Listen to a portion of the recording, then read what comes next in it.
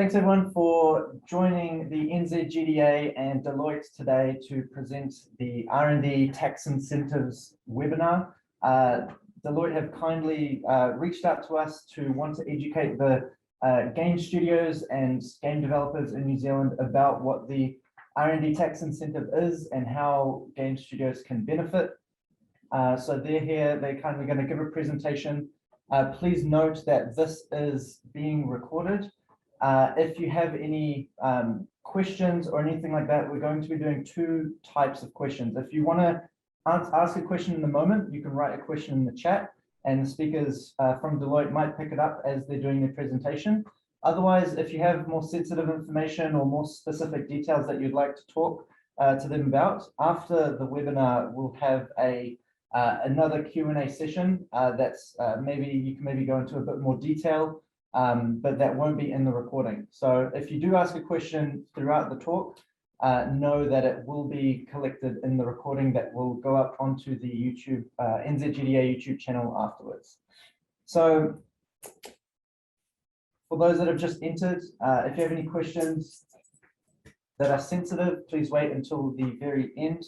Otherwise, if you're happy to ask the question throughout the webinar, you can ask it in the chat and the speakers might answer it in the moment. So today in this talk, we have four speakers. We have Simon Taylor, Liam Neal, James Lasham, and Calvin Lee from Deloitte, and they'll be giving this presentation. NZGDA are really grateful to be able to partner with them and just to kind of hear their value and knowledge shared with game developers in New Zealand.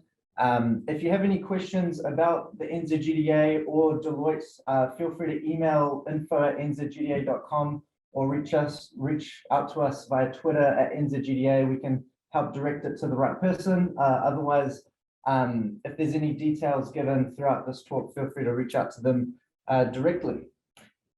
So yes, just for those that have just joined, this will be recorded and questions can be asked at the end of the talk if there's sensitive information that you want to ask.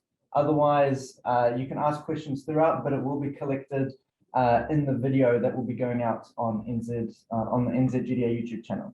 So without further ado, this talk will be going on for the next hour or so, with questions included in that hour. So with that said, I'd like to pass it on to the speakers. And thanks guys for joining this chat and being a part of this experience. So thank you.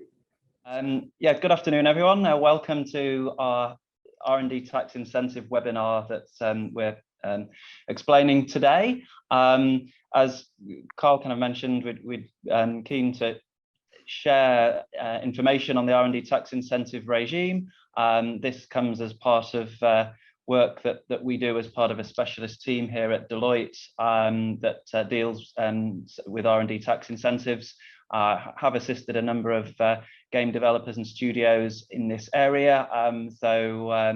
Wanted to explain how a broader subset of developers would be able to benefit from the regime, what the rules are, and how you actually go about claiming.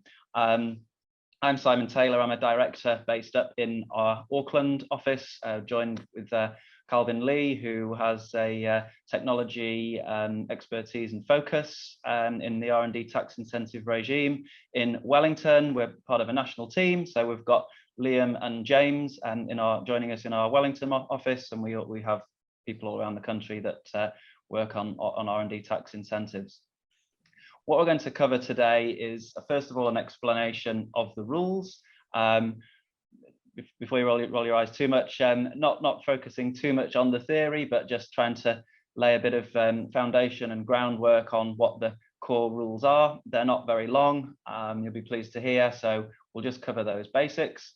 Then we'll kind of move on to how the regime's evolved and how those rules are actually applied, some of the interpretations that the authorities have stated about how the rules work, and then we're moving on to make it as relevant as possible for you. So starting to talk about some of the examples of activities that qualify and don't within the industry. So if you've got questions you want to fire at us in the first few slides, if I could just ask you to hold fire whilst we go through some of the rules briefly, and then the kind of more relevant stuff will follow after that to try and make it as applicable to you as possible. We'll also talk about the expenditure rules, and then about how you actually go about making a claim if you think that this would provide your business with reasonable benefits. And the opportunity for questions during it and at the end, as explained by Carl. So just moving on to the next part of it, this slide provides an overview of the key features of the R&D tax incentive regime. This one doesn't actually set out the rules of what is R&D, which I'm sure you're all dying to find out. But as a headline rate, it's a 15% benefit. So every dollar that you spend on qualifying R&D that meets this tax definition, your business gets a 15% benefit. If your business is in a tax loss position at the moment, then that benefit is actually paid out in cash in most cases. You'd actually get a nice check transfer from the IRD. In terms of what you can actually claim, one of the key features of it that might differ, or that does differ to growth grants that some of you might be familiar with, is that expenditure capitalized as a tangible fixed asset can actually be claimable within this regime. The basic eligibility criteria are that you need to be spending more than $50,000 on R&D, and you've got a cap at the top of 120 million. So you're into some serious benefits if you're spending at that upper level. There is a small allowance for expenditure that's incurred overseas. If you are doing any development activity overseas, you're allowed to bring in up to 10% of your total claim can be carried out overseas. But the main rationale for this is that the regime is meant to incentivize and encourage R&D to take place in New Zealand. So that means the people are actually developing it on the ground, encouraging people to retain skilled staff and getting the spillover benefits from that, and ultimately helping to fuel growth in New Zealand's GDP by increasing us up the productivity ladder and making us a higher productive and more skilled economy. Some of you may be aware of the Rdti. It's been around a couple of years. For most businesses, it applied from being able to claim from the 1st of April 2019. If you're on growth grants, that's if you've got a March financial year end. If you had been receiving growth grants, then it's likely that you'll be able to claim this from the 1st of April 2021. Now, there has been some adverse publicity about the regime, which we won't duck from. It wasn't our regime that we brought out. We're just ones that help people to claim and get the benefits. But it would be fair to say that the rules that were brought out were applied fairly narrowly in the first instance, quite a narrow interpretation of what qualifies and what doesn't using the rules. And there's been statements in the press, including by various industry associations, stating that they were dissatisfied about the initial application, the initial feedback. And again, this is all public.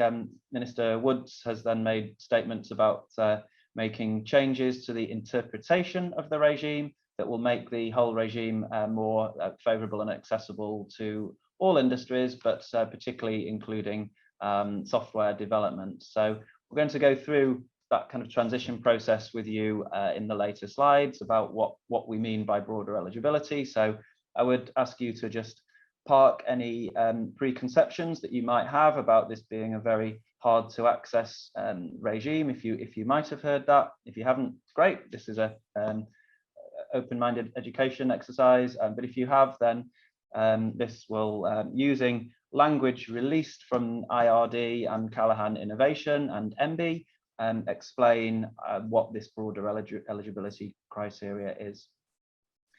Another point that we'll come on to at the end as well is that in conjunction with this 15% benefit that we have, there is also what's called an R&D tax loss cash out that can give a 28% benefit basically in terms of effectively a loan for R&D intensive companies. That has been available, still is in place, and will be for the foreseeable future. We'll cover that towards the end of the session. We're going to focus primarily on what meets this Rdti definition for the main part of it, but we will cover this alternative that you can actually claim both towards the end. Further point is, I did mention inland revenue. So we've got at the bottom the agencies. It's a multi-agency approach that actually applies and assesses this R&D tax incentive. Ultimately, it's the IRD. The rules are in the tax legislation, so that differs to the former growth grant regime, and ultimate responsibility and payouts go through the inland revenue. However, they have effectively outsourced the technical review part of this, and by technical I mean determining whether your software activities meet the definition of the Rdti.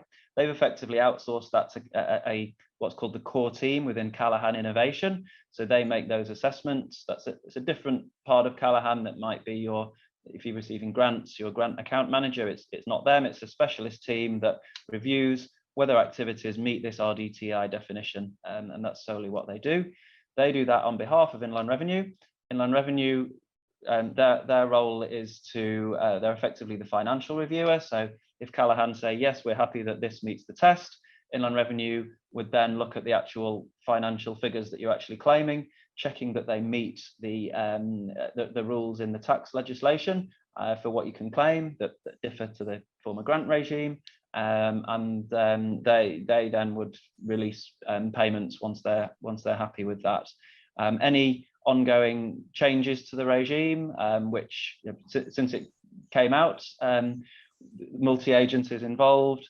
There's been lots of feedback on the regime, which I referred to earlier on. And during the evolution of the regime, there's basically all three agencies listed at the bottom are involved in that, in terms of how they can make it more workable and more accessible to the types of businesses that they actually want to qualify as part of this. So any ongoing development, it's the three agencies, the Callaghan, Inland Revenue, and MB are all part of that feedback process and the ongoing evolution, and all ultimately working as one to try and make the regime as successful as possible and achieving what the government ultimately intended it to. So that's it in overview. I'll go on to the next part. The bit that you're probably all dying to find out is what actually is R&D for the purposes of the R&D tax incentive. And I'll probably just start by actually saying that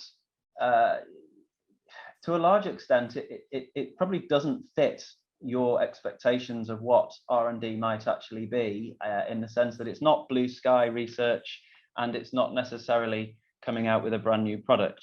So it's a three-stage, three-limbed test. There needs to be a purpose of trying to create new knowledge, or creating new or improved processes, services, or goods. So obviously processes and services are more likely, particularly processes in your industry, and creating new knowledge. So doesn't need to be a kind of groundbreaking, never been done before game or way of presenting a game. You need to be either creating new knowledge as part of that process, or even something that's new or improved even within the context of your business and what you're actually doing, in terms of what's actually new or improved. The second element of the test is, were the activities systematic? So what we mean by that, or what the rules mean, is that whether the activities followed a systematic planned process of logical investigation and experimentation. Elaborating on that a bit more, there needs to be some kind of objectives, technical objectives that you've set yourselves, some record of what they are, and then as you're actually going about your process of development and trying to see whether you've achieved those, there is some process of recording that, whether that's in Jira tickets or DevOps or whatever system you actually use, that you're actually have some process recording it. And then there's the process of evaluation. So at the end, you're saying, have we actually achieved what we want to achieve or not? When the regime was set up and structured, there was a very clear thought path that this was meant to be accessible to the software industry. So although the word experimentation is used, there is a recognition and acceptance that this does not just apply to a laboratory type environment. For example, there was consideration of whether you needed to have a hypothesis, and it was deliberately decided not to do that in the law, because that's not how technology operates in that sense, in the agility of the development process. All it really means is trying to stop people who just kind of discover something by accident. They're doing normal business as usual. It doesn't have any technological development, come up with something good, and then retrospectively try and say, oh, let's try and claim that as an R&D process. It's about having a system in place, and in most cases, existing systems are largely suitable for what this second element of the test actually means. The third element is the most important one. So when it's actually called an R&D tax incentive, it's actually more of a technical risk or technological uncertainty incentive is what it really boils down to.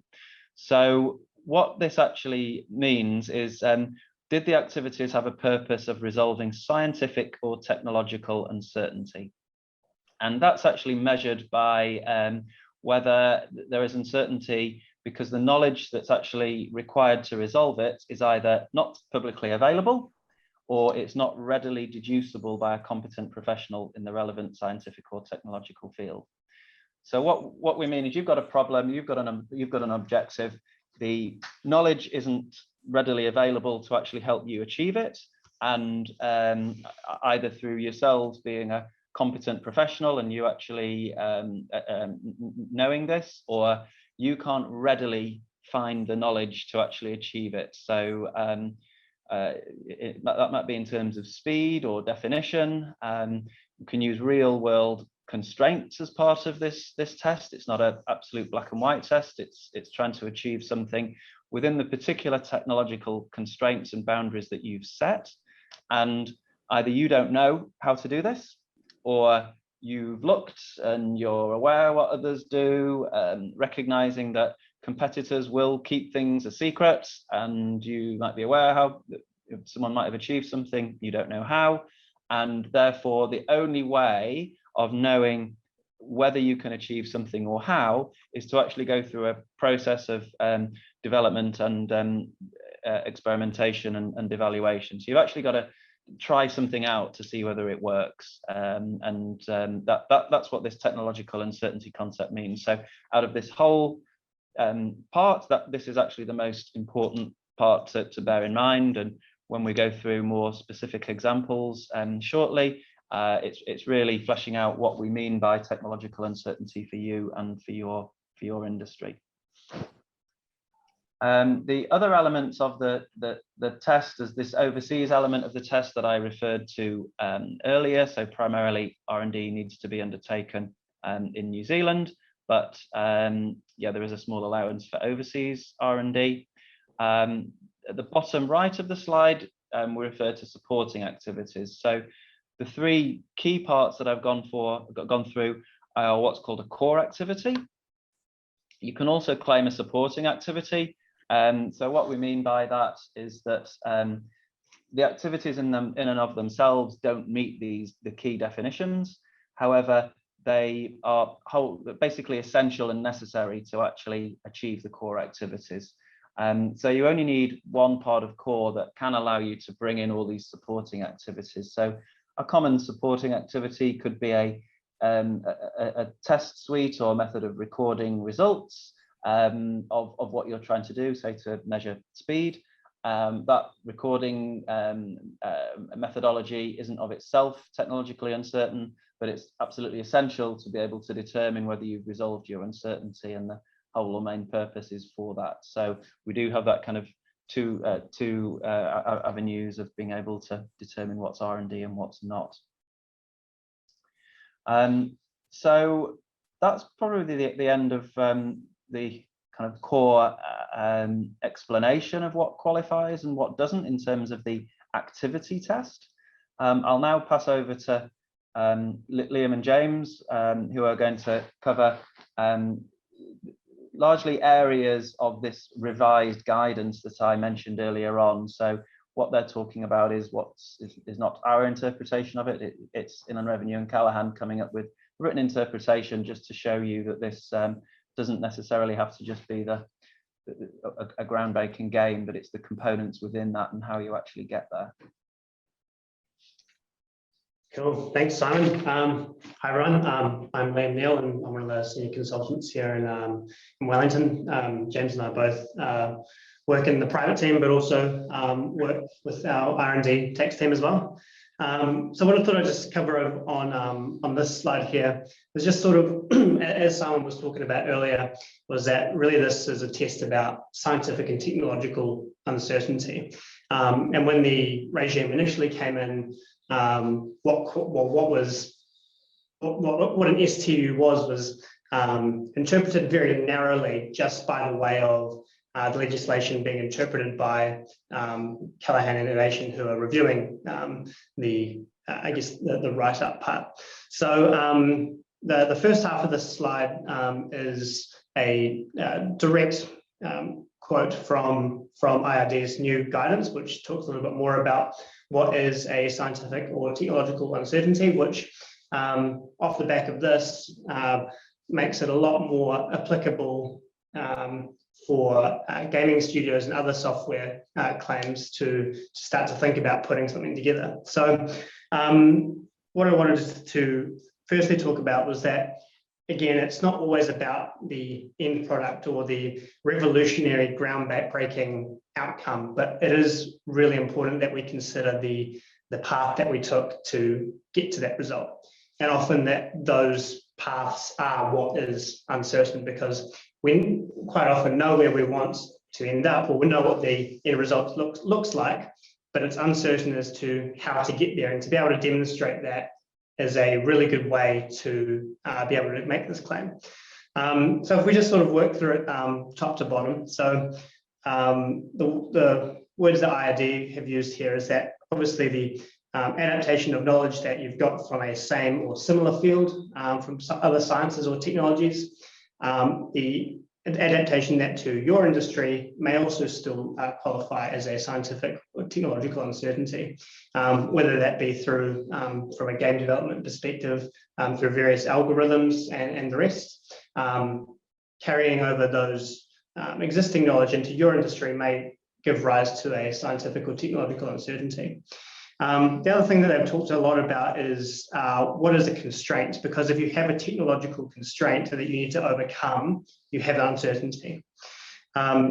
So whether the output will meet the desired specifications. So for gaming, for example, and the clients that we've worked with already, we know that a large part of that is sort of obviously the loading time, response time, reliability, and cost. So these are things that, while there is a constraint there that we need to overcome. The second part of that is then, well, we have a lot of ways that we could do it, but we don't know what way, through amongst all the possible ways that we have to do it, could we overcome our technological constraints. So there's some more things to think about there. That working all the way down so into our third bullet point. So the use of known processes where the outcome is unknown. So quite often, whether it might be white collar or white lab coat R&D or more software agile development, quite often we're using processes that we've used before, but we might be using them in a slightly different way because we don't know what the outcome will be or how to reach our outcome. So just because you're using methodologies that you've used before and you know work, but you're building towards or trying to overcome something that you're not sure how to overcome, gives rise to a scientific or technological uncertainty. The second to last part there is sort of where the components of the system might be known, but the outcomes or the results of the system can be reduced from the outset. So Therefore, like we talked about before, something that has a scientific and technological uncertainty requires a systematic approach. So while you know how these things work, there wasn't any available knowledge as to how to go about it. And then on the last point, sort of what we talked about earlier, where you might have a solution, but to make that solution more cost-effective, reliable, or reproducible. For example, your constraint is that it's not cost-effective, reliable, or reproducible enough. And you're not sure how to make it more so. The work to get to that stage would also be included in a scientific and technological uncertainty. I guess sort of what I'm trying to highlight here is that a scientific and technological uncertainty comes from not being able to achieve an outcome through the processes and the knowledge that you have already. So when you're putting together a claim, and what we do when we work with the clients who we've worked with, especially in the gaming and other software sectors, is that the key to getting this through is to really highlight and identify why the activities meet the criteria, and delving into the exact same words that I have used above there. One other thing that I did want to just note on while we're on this slide is through this evolution of the Rdti and the new bits and pieces that have come out as a result of various parts of feedback, was that for those of you who are on a growth grant and will be coming into FY 2022 without one, one thing that the government has recognised is that there is some significant difficulties when transitioning from the growth grants to this regime. For example, the cash flow differences that come off the back of it. So if you are part of that group, you may have also received a letter from the minister, probably back in April, discussing what the government was going to do by way of supporting those people who are transitioning. So what they have in place is the transition support payment. So going forward, for those of you who are on were on the growth grant for a 2022 claim, what the government will be looking to do is to top up those Rdti amounts to what you have usually received, or similar levels to what you've received in previous growth grants. It's really important to note that while it's great that they're going to be topped up to those levels, the government's really keen for these processes that this regime promotes that do start to get embedded within each business. So what part of their criteria is that claims through the Rdti that then get topped up are made in good faith. So putting through a lazy claim knowing that they're going to be topped up to whatever amounts you were before aren't going to fly.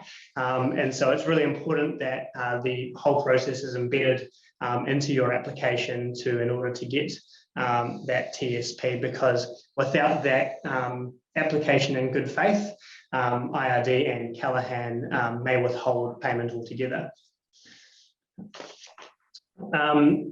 Go to the next slide. Yeah. So also within the guidance and the rules are some very specific software exclusions, which sort of, if you work through all the criteria, you'd probably come to the fact that these wouldn't be part of it anyway. But some very specified activities that IRD have said won't be a core activity, sort of relate to any internal software projects that relate to administration or business requirements. Again, we're talking all about when we're doing a Rdti claim, our scientific and technological uncertainty really delves into the process and the what were we trying to overcome, rather than the business requirements. So while a business requirement may create a constraint, that's not what you're building towards. You are trying to build towards build around a constraint or an uncertainty. The second thing is converting existing systems or integrating existing systems with new software platforms. Integration is a word that IRD have disliked for a long time now, so it's best to avoid it altogether. Routine debugging, so anything that's really not tapping into those new ways. Software and computer hardware maintenance, bug testing, beta testing, system requirement testing, user acceptance testing, data mapping, data migration, testing security protocols or arrangements. These are all things that are specifically excluded from being part of your claim. However, there are obviously other things outside of this that, while they might not be core activities, may be there to support fully the core activity and therefore qualify as a supporting activity. The distinction there is relatively important, and it can be quite difficult to get your head around which falls into which bucket, though it is important to remember that $100 of core activity is just as important as $100 of supporting activity, because they're both treated the same by the way of accessing this credit. What we thought we'd sort of go through now, what James is going to go through now, is just sort of some very specific gaming industry projects for the Rdti. Cool. Thanks, Liam. Hey everyone, my name is James Lasham. I'm a senior consultant with Liam in our Wellington R&D team. Yeah, as Liam just mentioned, sort of aim the next sort of couple slides is just to give a bit of an insight into and a bit of clarity to actually sort of the gaming industry, rather than just you know, the theoretical of what sort of activities apply. This is actually okay. The gaming industry, what sort of activities are likely to be in play there. So on the screen in front of you, we've got a breadth of activities here that we've seen previously. This is of course a non-exhaustive list, applying the principles that Liam and Simon have already talked through. There's a lot more that can apply, of course. The key thing really is just this emphasis. It doesn't need to be new to world, as long as there's technological uncertainty. So as long as there is something new being done, you'll look through, you see all these activities, technological uncertainty that sits alongside it. There's something new going on, something that hasn't been done before. One thing we've seen a lot of in the gaming industry is this publicly available aspect. So the gaming industry can be quite insular, if that's the right word to use. It probably sounds a bit harsh, but what we found with a lot of our clients is they don't tend to talk to other developers, you know, which makes a whole lot of sense. The development is the IP, they tend to protect that. So oftentimes there may be a game that's using a very similar concept to what they're trying to build or do, but that is generally not publicly available, which sort of starts to enhance your case for technological uncertainty. But again, to emphasize, the real key here is just making sure that, sorry, lost my train of thought. The focus needs to be on the knowledge required to resolve the uncertainty, not the end result.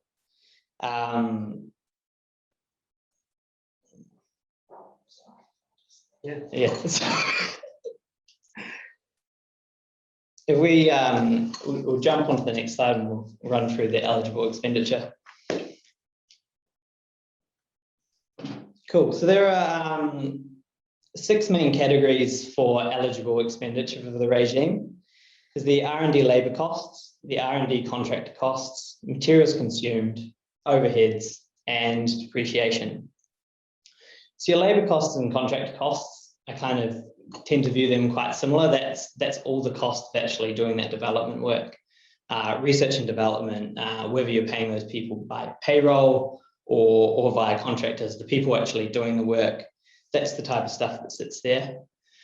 The materials consumed is an interesting one in the software development space, because we don't tend to see, as you can imagine, not hammering a lot of materials. It's not like you're actually producing a tangible product. It's generally, unless you're a hardware-based business, it's generally very intangible. The stuff that we sort of see captured more from a game development perspective, and it's not really captured so well in the name, but is more your software and your subscriptions that you subscribe to do that R&D, the tools that let you do your job. And then a really big one that of course fits in as well is this overheads. So any of your office space, of course, your development team, they use a portion of your rentable space, they use a whole load of utilities. We can use reasonable apportionment rates to take a portion of that and contribute that to the overall eligible expenditure. And then last, we have the depreciation. So generally your team will be using laptops, things like that. The portion of that relates to R&D can also be claimed. And as Simon mentioned earlier on, the eligible R&D expenditure, the regime is really meant to focus on New Zealand R&D, but there is an allowance for 10% of overseas R&D, and that can be claimed. That's particularly beneficial if there is sort of a particular skill set that you can't get access to in New Zealand and you need to leverage or something like that. Cool. I'll now pass that on to Simon Taylor to talk about record keeping. Okay, thank you, Liam and James. I'm just going to go through record keeping and the claim process. One thing we might do, I want to make sure there's enough time to answer questions, so allow that. If there is time, we might just go back to the examples of R&D activities in the industry, and just for Liam and James to kind of talk through one of them in a little more detail if there is time. But we'll kind of see where we get to with questions and just make sure we do cover any questions that you might actually have.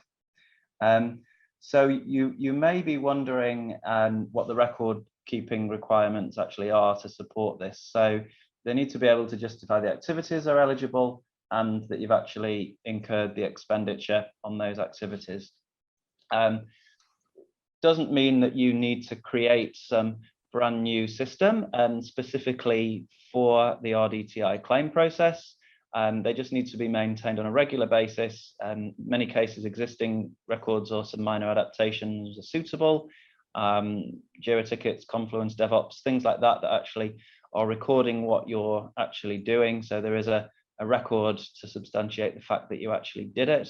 And that's more from the activity side. And then expense side is just being able to justify, well, which people actually worked on that R&D, on that development process, doing that R&D, so that you can actually go back and justify that those people actually did it. And again, that can be through those same records where it shows who's worked on it and using methodologies. It does not have to be a timesheet system that you have. I mean, timesheets are great if you have got one. If not, it's some kind of periodic time record or diary entries that backed up with underlying records that support that.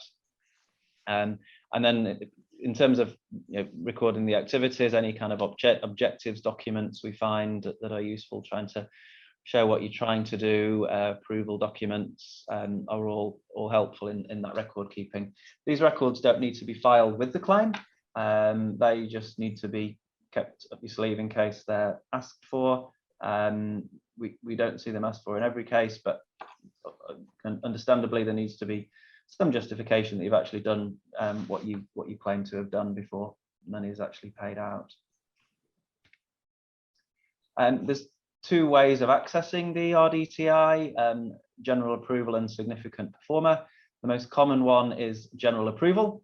So this is where you can obtain approval before doing the R&D activity. You get certainty around meeting the eligibility criteria. The date for this is the 7th day of the second month following the end of your income year. So for a March 22 year end, that due day would be the 7th of May 2022. There is one key deadline, however, coming up for the 2020 and 2021 years, or years ending March, in that there has been an extension to that deadline.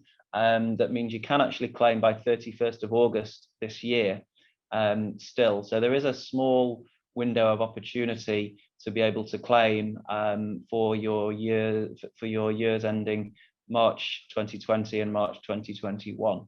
That opportunity hasn't passed, and part of the reason that they extended the deadline is that broader eligibility criteria I mentioned. So I'll kind of come onto that in the claim process in a moment, but part of it's looking forward to next year. But if you think you've been doing significant activities looking back over your last 2 financial years, then yeah, there is still a short window to be able to get claims in order to avail yourselves of the benefits. The significant performer regime is an option if you're spending over $2 million per annum on qualifying R&D. This requires a detailed presentation of the criteria and methodologies, which have to then be disclosed and presented to Inland Revenue for their approval. It's one that larger claimants do, and it's one that you need to be kind of willing to have the upfront investment to say, I've got the methodologies that track whether what I'm doing meets this uncertainty test, and tracks that my people are their time's being allocated to those activities.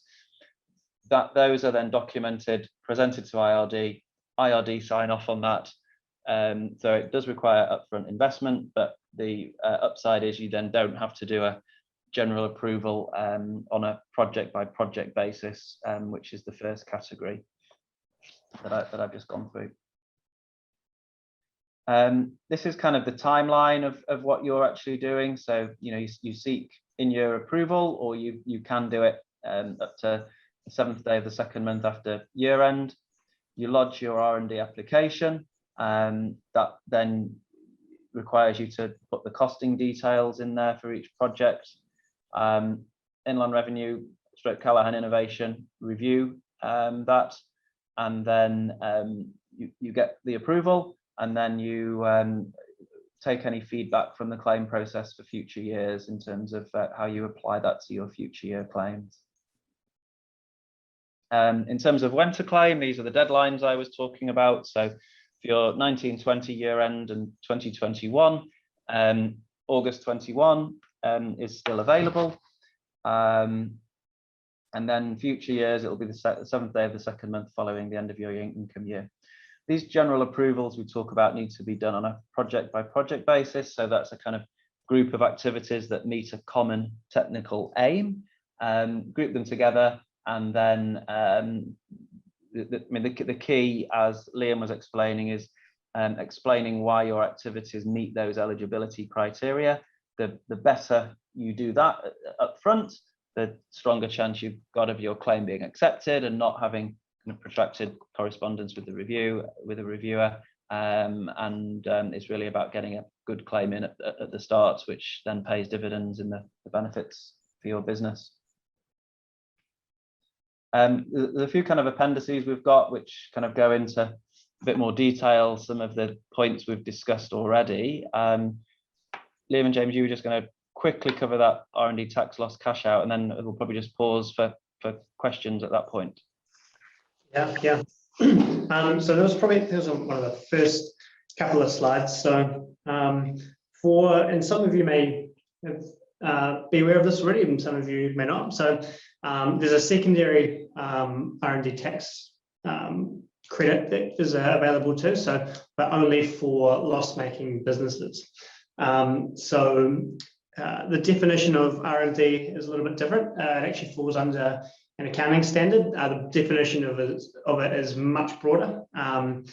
So I won't delve too far into that, but I'll sort of try to give a bit of an overview as to how the two interact and the like. So for any allowable loss, I suppose, attributable to R&D activities that sort of meet the R&D accounting definition, there is an availability to claim essentially a tax loss loan to the value of about 28% of whatever your R&D spend is.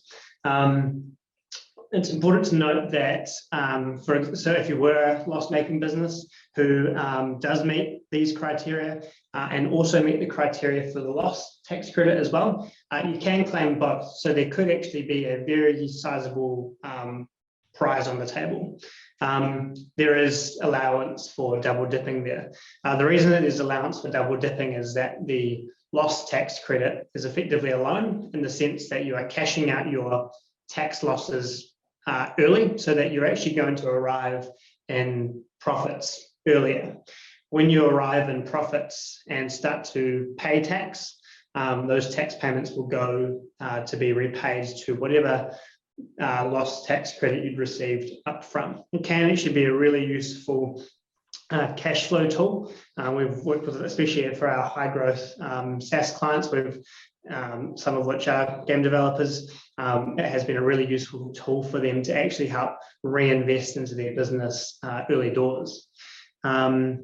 Is there anything else I'm missing on the key criteria there? I guess the one key distinction between the Rdti and the loss tax credit is the loss tax credit, the amount of spend, I suppose, on research and development does have to be going through the profit and loss. So it has to meet the criteria to be expensed. So if your R&D is currently being capitalized, you may not qualify. However, if it is all being expensed through the profit and loss statement, which likely it is if it relates to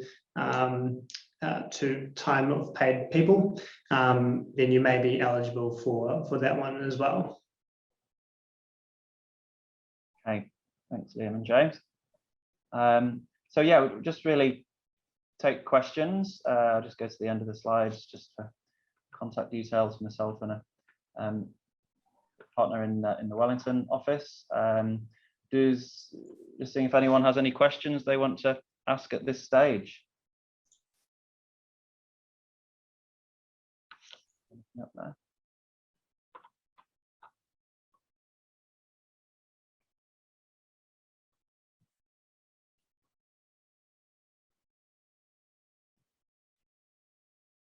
If you guys could ask your questions in the chat, we'll just run for a few minutes for any public questions. We will do like another quick Q&A session at the end once the kind of recording has stopped.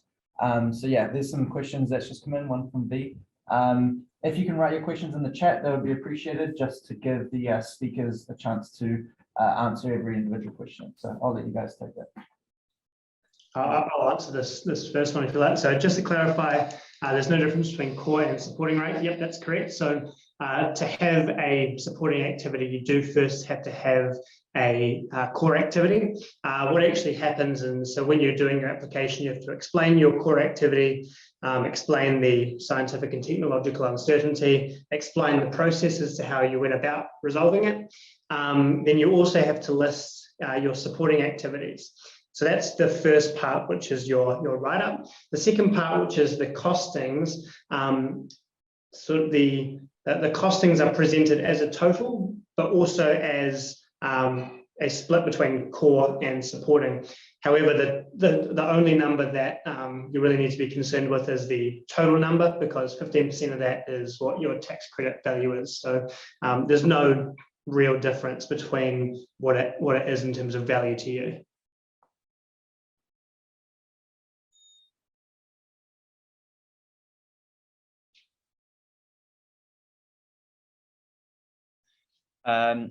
Yes, a lot of those ineligible activities can be claimed as supporting. There is a list of some that are prohibited as everything and some that can be claimed as supporting. So a lot of those ineligible ones can still be claimed as supporting activities.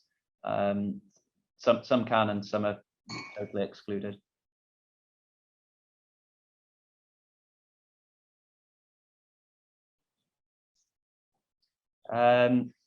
Good question. So I would say the answer to that's largely to do with the evolution of the regime. It'd be fair to say there was lots of challenge of claims that were challenged earlier on. Since these March guidelines have come out, we're seeing a very, very high success rate of what we put through. We only kind of recommend people put through things that we think have a good, reasonable chance of success. So at the moment, a lot of things are being claimed, and any that haven't were probably more towards the start of the regime when they were just trying to set out the boundaries. we don't actually have from ourselves that many examples of those because we've been doing things that have got through. Also need to be mindful though that it is a kind of two-stage review process. One is activities and the second one's expenditure. So there are tax rules in place that we tell people what those tax rules are, and as long as you follow those rules, then it goes through from an expenditure perspective as well. We have heard of instances where the activities have been claimed, but when the IRD review the numbers, either people have been receiving other grants, or they've been claiming overseas costs, or they've been allocating people's time, but that they just clearly haven't been actually being incurred on R&D activities. So just being mindful of the expenditure as well as the activity side.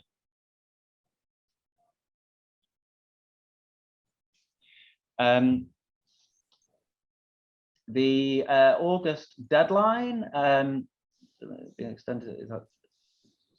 Yep, so that's just actually lodgement deadline, does not need to be approved by that time. It just needs to, so for your March 21 general approval, just needs to be lodged by 31st of August. That deadline, IRD's standard turnaround time is up to 8 weeks on the technical review.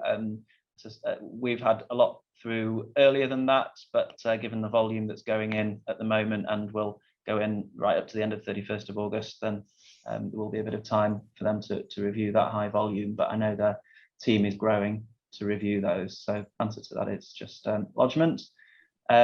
Industry specific training that's available. I'm just trying to see whether you mean training on the Rdti or training on that's the type of R&D that you're actually doing. If you meant it's training offerings to those technologies, then if you're training, then that's like you've actually got the knowledge. So the act of training isn't giving someone new knowledge, but if someone's using that knowledge of emerging technologies, then to then in turn resolve technological uncertainty, then that could qualify.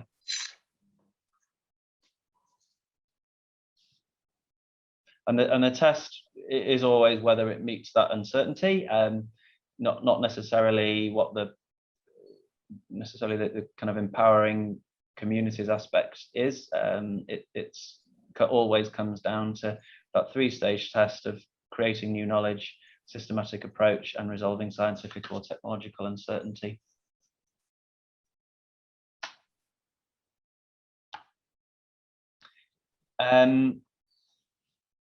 There are rules on R&D that's done on behalf of overseas client works. If you're within a group and say you've got an Australian parent company, they get their New Zealand subsidiary to do their R&D, then in most cases the New Zealand subsidiary can still claim. Reason being is that the Australian parent, we've got a double taxation agreement with Australia, which is one of the requirements, and it doesn't matter where the intellectual property is owned in that case, if it's done on behalf of someone within the same double tax agreement country, and even if those costs are reimbursed. So in that sense, we can still claim the R&D, which is quite a common scenario that we see. We've got a double tax agreement with the USA. So if a US affiliate outsources R&D to New Zealand, it can be claimed in that scenario. That's quite a common one that we've seen. Cool. We'll take one more question and then we'll close it off. I'll just read that one through. If we can provide systematic evidence of the needs of the new knowledge, that would be acceptable. That is the test. So the question regarding if we can provide systematic evidence for the needs of the new knowledge, and that would be acceptable. So the systematic approach is you need to undergo a systematic approach to try and resolve your uncertainty, and it's showing that the knowledge isn't there. It's this knowledge gap. You're trying to achieve something of a higher resolution, trying to reduce lag, for example, and the specifics of what you're doing. The knowledge is not there to actually achieve your specific outcome, and obviously very small margins between the lag targets and responsiveness targets. If the knowledge is there, not there to achieve the one what you actually need to do, then that's what can qualify and meet this test. Awesome. So yeah, if you guys are happy, I'll just close off the recorded webinar, and anyone else who's remaining will still be behind for 5 more minutes in case there are any further questions. But yeah, so thanks Simon, James, Liam, and Calvin for your time, and the team at Deloitte. The NZGDA love doing collaborations like this and sharing knowledge between different industries and helping to bring value to New Zealand game studios. So yeah, thanks everyone for just being a part of it and listening. If you learned something and you'd like to share it, please tag us on Twitter, NZGDA. We'd love to hear about it, and yeah, just see the kind of value that you guys are taking away. If you have any questions, please reach out to Simon with the details that are on the screen, or you can reach out to info@nzgda.com and we can help point you to the right person. So yeah, we will be putting this on YouTube if you'd like to view it later, if there's anything you want to kind of revisit. And yeah, that's pretty much it. Thank you so much, guys, for your time and attention, and we'll see you guys again soon.